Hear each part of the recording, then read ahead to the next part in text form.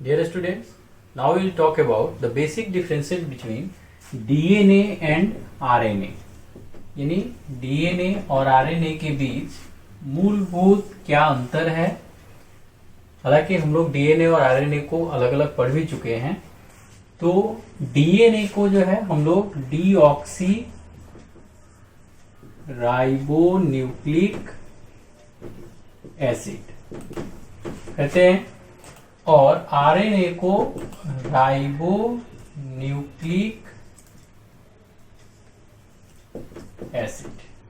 दोनों nucleic acid हैं, लेकिन ये डीऑक्सी है जिसको मैंने पीछे बताया भी था, और ये जो है राइबोज है। दूसरी चीज कि डीएनए जो है यह genetic material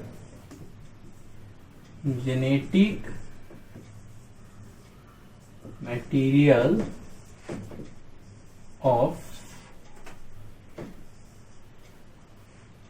all living beings,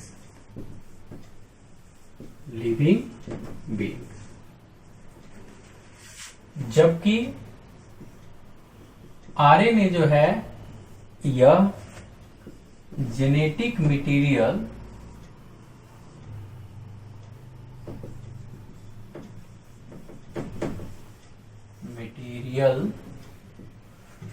इन some viruses,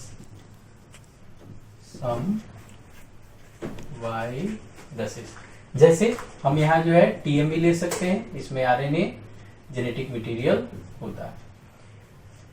उसके बाद दूसरी चीज कि डीएनए जो है ये जनरली डबल स्ट्रैंडेड होता है, डबल स्ट्रैंडेड यानी इसमें दो लड़ियां होती हैं, और आरएनए जो है यह केवल सिंगल स्ट्रैंडेड।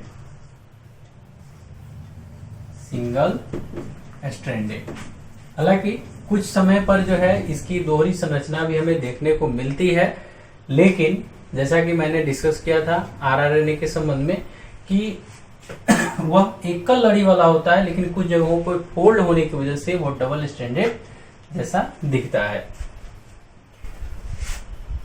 इसके बाद डीएनए में जो 4 नाइट्रोजनस बेस होते हैं उसमें ए यानी एडिनिन, थाइमिन, ग्वानिन और साइटोसिन, ये 4 नाइट्रोजनस बेस होते हैं। जबकि आरएनए में एडिनिन और थाइमिन की जगह यूरासिल यानी thymine is replaced by uracil.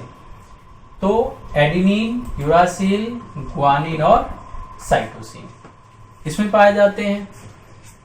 इसके बाद कुछ, हालांकि यहाँ जो है कुछ जीवों में, कुछ वायरसेस में, जैसे कि आपका जो है एक चीज यहाँ आप लोग नोट कर लेंगे, इन सम वायरसेस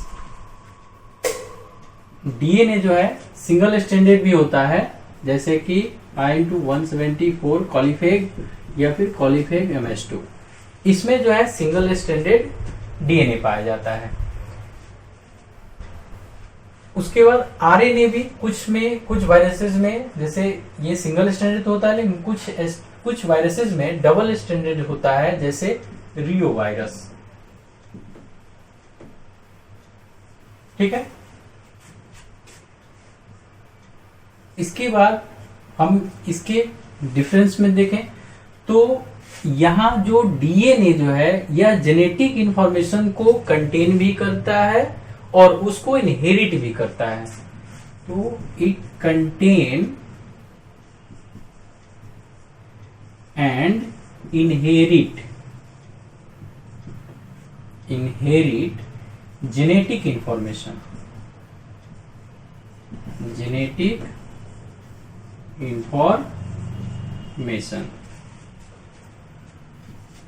जबकि आरएनए क्या करता है कि कुछ वायरसेस में हम छोड़ दें तो आरएनए जो है हेल्प्स इन ट्रांसलेशन,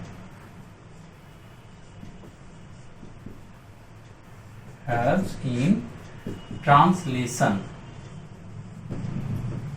यानी ये क्या करता है कि डीएनए से जेनेटिक इंफॉर्मेशन को लेकर के और उसको जो है प्रोटीन में कन्वर्ट करने के लिए आरएनए तक राइबोसोम तक कैरी करता है, जहां पर उन कोड्स के अकॉर्डिंगली पॉलीपेप्टाइड चेन का सिंथेसिस होता है।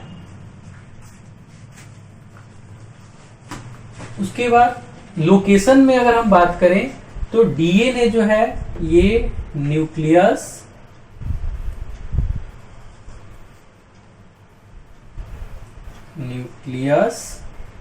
इसके अलावा माइटोकॉन्ड्रिया, प्लास्टिड में पाया जाता है। हालांकि प्रोकैरियोट्स में देखें तो उसके साइटोप्लाज्म में ही रहता है, जबकि आरएनए जो है,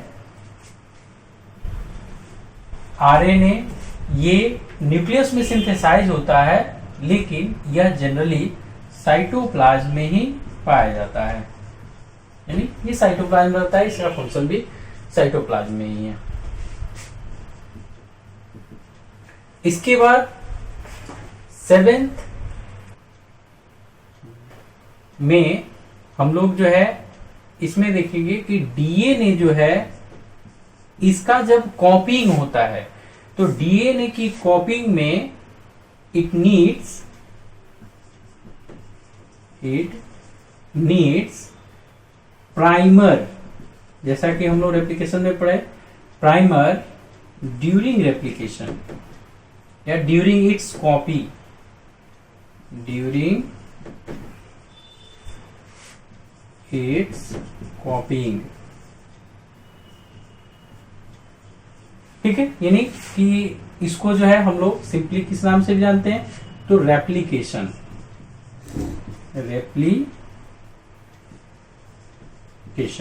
तो रेप्लिकेशन के समय एक आरएनए प्राइमर की जरूरत पड़ती है, जबकि इसके ट्रांसक्रिप्शन के समय किसी भी प्रकार के प्राइमर की आवश्यकता नहीं होती है, नो नीड ऑफ प्राइमर। ठीक है, अब इसमें जो है सेल्फ रेप्लिकेशन की क्षमता होती है, इसमें सेल्फ रेप्लिकेशन की क्षमता नहीं होती है, यानी ये डीएनए से ही डीएनए बनता है, जबकि आरएनए बनने के लिए डीएनए की आवश्यकता होती है। तो ये हो जाएगा सेल्फ रेप्लिकेटिंग,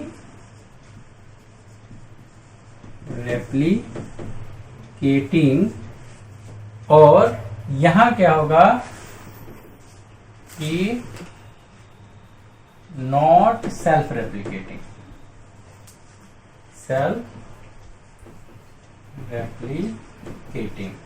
यानी यहां जो है डीएनए से आरएनए बनता है, जबकि इसमें जो है खुद से क्षमता होती है या डीएनए से ही डीएनए बना लेता है। ठीक है, इसके अलावा और भी बहुत सारे डिफरेंसेस हैं, जैसे स्टेनिंग की अगर बात हम करें तो ये फ्यूजन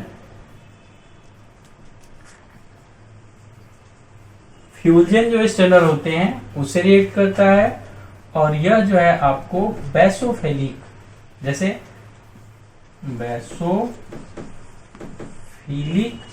जो स्टेनर होंगे, स्टेनर मतलब कि ऐसे पदार्थ जो किसी खास कोशिकांग या मॉलिक्यूल को एक अलग कलर देते हैं, जिससे कि कोशिका के अंदर हम उसकी पहचान कर सकते हैं। तो इसमें जैसे कि हिमेटोजालिन ये एक स्टेनर होता है, और ये जनरली जो है आरएनए को पर्पल कलर देता है, यानी बैगनी कलर देता है। इससे हम कोशिका के अंदर उसकी पहचान आसानी से कर सकते हैं। इसके बाद एक और मोस्ट इंपॉर्टेंट जो इसमें डिफरेंस है कि ये जो है काफी हेवी मॉलिक्यूल होता है, heavy molecule,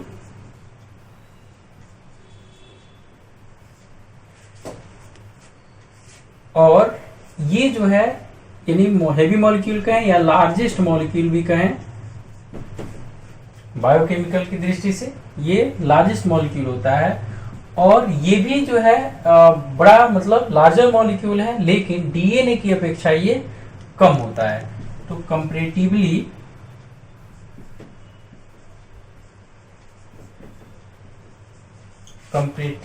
lighter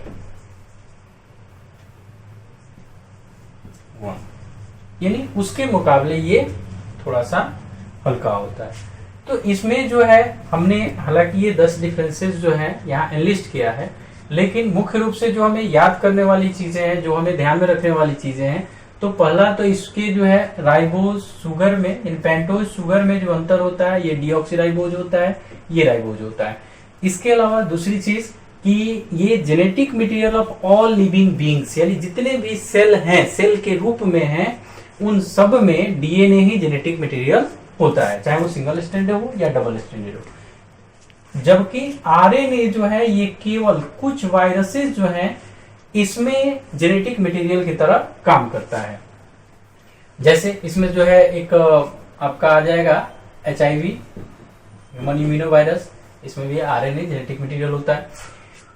DNA generally जो है डबल स्ट्रैंडेड होता है, लेकिन कुछ वायरसेस में यह सिंगल स्ट्रैंडेड भी होता है, जैसे कॉलीफेयर 5-174 और MS2।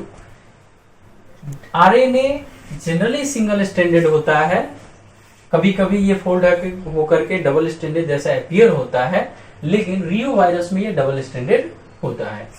उसके बाद यहाँ की इसमें जो है टी यानी थाइमिन जो है, जो डीएनए में पाया जाता है, और नाइट्रोजनस बेस आरएनए में यूरासिल द्वारा रिप्लेस कर दिया जाता है। डीएनए जहां जेनेटिक इंफॉर्मेशन को कंटेन करता है, उसका संधारण करता है, उसको होल्ड करता है, और साथ ही साथ उसे इनहेरिट भी करता है, यानी कि डीएनए ही जब ट्रांसफर होगा एक सेल से दूसरे सेल में, तभी जो है जेनेटिक इंफॉर्मेशन जाएंगे। जबकि आरएनए क्या करता है कि डीएनए से उस जेनेटिक इंफॉर्मेशन को, उस कोड्स को ले करके और प्रोटीन सिंथेसिस में मदद करता है, जिससे कि जो भी पर्टिकुलर कैरेक्टर्स हैं वो जीव में दिखाई दे सके, यानी उसका एक्सप्रेशन हो सके। लोकेशन में न्यूक्लियस, माइटोकॉन्ड्रिया, प्लास्टिड। इसके बाद जो मेन डिफरेंस इसमें है ये, इट नीड्स प्राइमर, यानी कि जैसे रेप्लिकेशन में हम लोग पढ़े थे कि वहां पे आरएनए प्राइमर की जरूरत होती है, तभी जो है नए डीएनए स्ट्रैंड का निर्माण होता है। यहाँ पर किसी प्राइमर की आवश्यकता नहीं होती है, जैसा कि हम लोग पिछले वीडियो में पढ़े कि वहां जो है इनिशिएशन फैक्टर और आरएनए पॉलीमरेज जुड़ता है, और जुड़ने के साथ ही इसका ट्रांसक्रिप्शन शुरू हो जाता है। इसके बाद जो महत्वपूर्ण चीज है वो ये कि सेल्फ रेप्लिकेटिंग, यानी डीएनए से डीएनए खुद ही बनता है, जबकि आरएनए बनने के लिए डीएनए की आवश्यकता होती है, यानी डीएनए से ही आरएनए बनता है, फिर उस आरएनए से प्रोटीन बनता है। उसके बाद इसकी पहचान के लिए, यानी जब हमें पता करना होता है कि सेल में डीएनए है कहाँ, कैसे है, तो उसके लिए किसी भी ऑर्गेनिल्स को, ऐसा नहीं कि डीएनए को, किसी भी ऑर्गेनिल्स को हमें सेल में देखने के लिए, ऐसे हम देखेंगे तो हमें सब एक ही जैसा दिखेगा, लेकिन कोई स्पेशल स्टेनर होता है, यानी उसको कलर देने वाला होता है, जो डिफरेंट ऑर्गेनिल्स को डिफरेंट कलर देता है। तो वहां पर जो है डीएनए को स्टेन करने के लिए, कलर करने के लिए सेल के अंदर, लिविंग सेल के अंदर हमें फ्यूजन की आवश्यकता होती है, जबकि यहाँ आरएनए में बैसोफिलिक स्टेनर्स होते हैं, जो जिसमें कि हेमाटोजाइलिन काफी इंपॉर्टेंट स्टेनर है और काफी जो है कॉमन स्टेनर है, इसका उपयोग किया जाता है। इसके अलावा ये जो है काफी लार्जेस्ट, मतलब सबसे जो है हेवी मॉलिक्यूल है सेल के अंदर, और आरएनए भी हेवी मॉलिक्यूल ही है, लेकिन डीएनए के मुकाबले छोटा है। तो ये रहे डीएनए के कुछ जो है बेसिक डिफरेंसेस। अब जो है अगली वीडियो में हम लोग जेनेटिक कोड्स, यानी कि जो डीएनए पे जो बेस सीक्वेंसेस होते हैं, नाइट्रोजनस बेस के सीक्वेंसेस होते हैं, ये सीक्वेंसेस किस तरह से किसी अमीनो एसिड के लिए कोड करते हैं, और कौन से सीक्वेंस किस अमीनो एसिड के लिए कोड करता है, किस तरह से ये डीएनए पे स्थित होता है, और कैसे यह ट्रांसक्रिप्शन और ट्रांसलेशन में भाग लेता है, इसके बारे में हम विस्तृत चर्चा करेंगे। आशा करते हैं कि आप लोग जो है वीडियो को देख रहे होंगे, समझ रहे होंगे।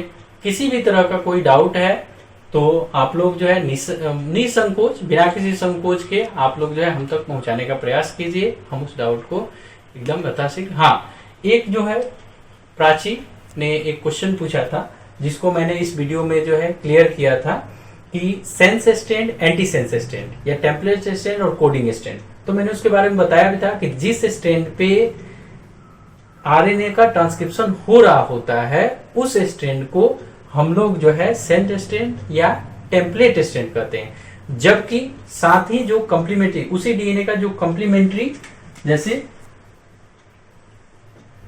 यहां मान लेते हैं कि इस पर जो है अगर ट्रांसक्रिप्शन हो रहा है तो इसको हम सेंस या टेम्पलेट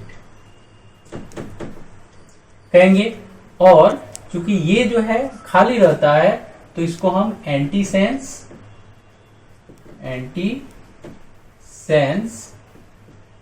या कोडिंग स्टैंड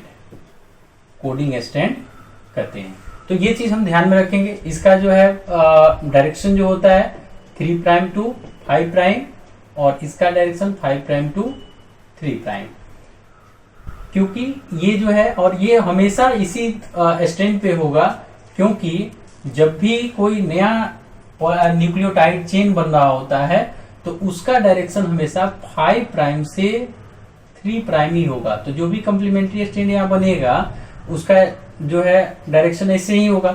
तो ये चीज हमें ध्यान में रखना है कि sense stand always direct with 3 prime to 5 prime और उसी पर जो है ट्रांसक्रिप्शन होता है। तो इस तरह का कोई भी डाउट आपको कहीं भी दिखे तो आप जो है निसंकोच उसको पूछें, उसको बिल्कुल जो है क्लियर किया जाएगा।